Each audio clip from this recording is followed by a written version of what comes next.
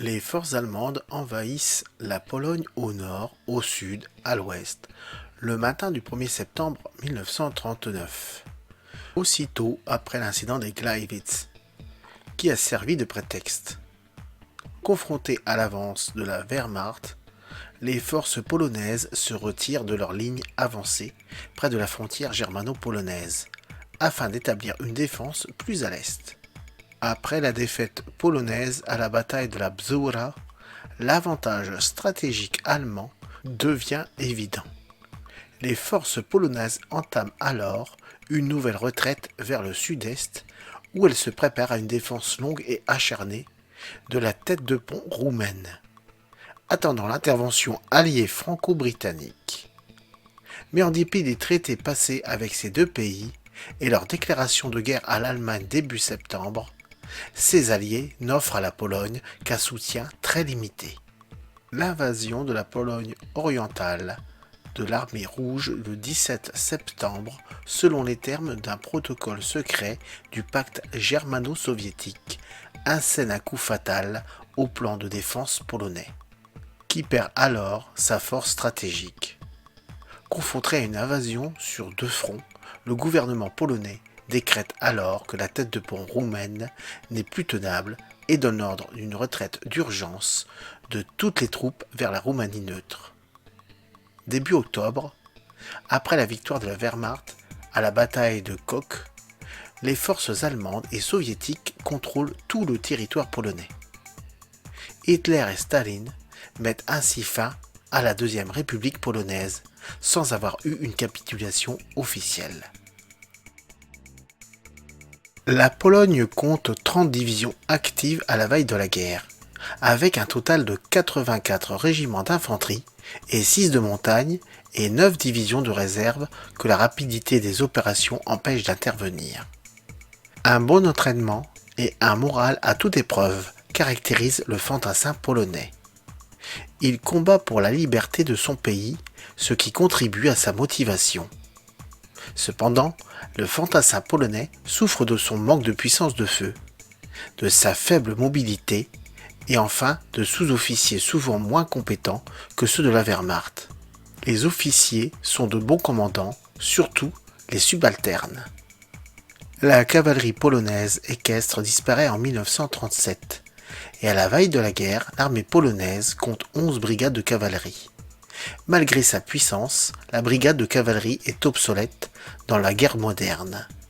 En effet, la brigade, qui est l'échelon le plus élevé dans la cavalerie, ne permet pas d'action d'envergure et les lanciers polonais subissent de lourdes pertes. Bien que l'armée polonaise soit équipée de chars, ceux-ci sont déployés par petites unités, comme dans l'armée française et contrairement à l'armée allemande, qui privilégie de grandes formations blindées dotées d'une grande puissance de feu et d'une capacité de pénétration profonde dans les lignes ennemies. Ces unités constituent en des bataillons ou des compagnies. Mais il existe 2 brigades blindées. Les unités indépendantes sont au nombre de 8 constituées, soit de chars Renault R-35, soit de chars 7TP polonais. De plus, toutes les brigades de cavalerie et 11 divisions d'infanterie comptent dans leur rang une compagnie blindée de reconnaissance. Chaque division d'infanterie compte un régiment d'artillerie légère et un bataillon d'artillerie lourde. L'armée polonaise comprend aussi des unités autonomes qui sont constituées de 23 groupes d'artillerie lourde et 3 groupes d'artillerie super lourde, 20 sections d'artillerie légère. La plupart de ces unités sont encore, pour la majorité, tirées par des véhicules à chevaux. L'armée polonaise comprend aussi de l'artillerie anti-char à la fois dans la cavalerie et l'infanterie. L'artillerie antiaérienne est en revanche faiblement équipée. L'aviation militaire est organisée selon un schéma qui s'avéra très vite inefficace, basé sur la dispersion d'une flotte peu moderne et insuffisante. La Slovaquie, intéressée par la promesse d'annexion territoriale faite par l'Allemagne, constitue une base opérationnelle, en plus pour combattre les troupes polonaises. Le bilan des premiers jours d'assaut allemand est catastrophique pour les Polonais. L'armée de Pomorze a subi de lourdes pertes. Les autres unités ont réussi tant bien que mal à se replier sur la rive gauche de la Vistule et notamment à Bydgoszcz. Cette ville conserve encore une forte minorité allemande. Lors du repli de l'armée polonaise, des civils d'origine allemande se mettent à tirer sur les Polonais qui réagissent et tuent 233 civils en ayant perdu 238 soldats. Durant toute la campagne polonaise, entre 3000 et 10 000 civils allemands sont tués. Les SS, en représailles, font subir de dures exactions aux civils polonais. L'armée allemande continue sa progression vers Varsovie, en concentrant ses efforts sur Czestochowa. Très vite, l'assaut allemand s'approche de la capitale polonaise et la 7e division d'infanterie, qui la défend, doit se replier en raison du risque d'encerclement. Enfin, pour compliquer encore plus la stratégie polonaise, les Allemands ont aussi frappé aux alentours de Breslau, et menaçant donc l'armée de Rauch, qui ne peut arrêter l'ennemi malgré sa forte résistance. Le 3 septembre, seule l'armée de Poznań n'a pas été attaquée. Son chef demande l'autorisation d'attaquer le flanc de la 8e armée, mais le haut commandement refuse et lui ordonne de se replier entre Konin et Chorów. Ainsi, le 5 septembre, la bataille des frontières est finie. Les forces allemandes ont presque partout enfoncé le front des Polonais, mais ces derniers ne se sont fait encercler qu'au nord. Le généralissime polonais espère encore une offensive française, qui lui permettrait d'enrayer la progression allemande. L'invasion de la Pologne par l'Union soviétique, le 17 septembre 1939, est entreprise conformément au protocole secret du pacte germano-soviétique. Les soviétiques justifient leur intervention par la discrimination dont seraient victimes les populations ukrainiennes et biélorusses de Pologne.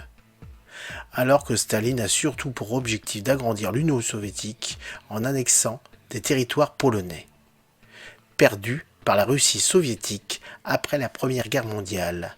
Il s'agit aussi de laver l'affront de la cuisante défaite de l'armée rouge durant la guerre soviéto-polonaise de 1920.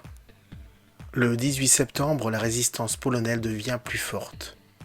Mais la fin est proche pour l'armée polonaise qui cherche d'ailleurs plus à combattre les Allemands que les Soviétiques. Les troupes soviétiques qui attaquent sont constituées de 2 groupes d'armées. Celui de Biélorussie est constitué de 4 armées et celui d'Ukraine de 3. Ils reçoivent l'ordre de couper l'accès de l'armée polonaise aux frontières hongroises et roumaines. Face à cette force, les Polonais n'alignent que 18 bataillons et 5 escadrons de cavalerie. Certains Polonais, surpris de voir des soldats soviétiques, croient tout d'abord que ces derniers sont venus les aider, mais ils comprennent très vite leur erreur lorsqu'ils sont capturés. Le même jour, le gouvernement polonais basé à Kolomyja, que les avant-gardes soviétiques menacent, est pleinement conscient que l'armée polonaise ne pourra plus résister et se retire donc par la voie des airs en Roumanie et de là en France. Il aura fallu un peu plus d'1 mois à l'armée allemande et à l'armée soviétique pour venir à bout de la Pologne. Le gouvernement polonais ne demande ni ne conclut d'armistice avec les forces d'invasion.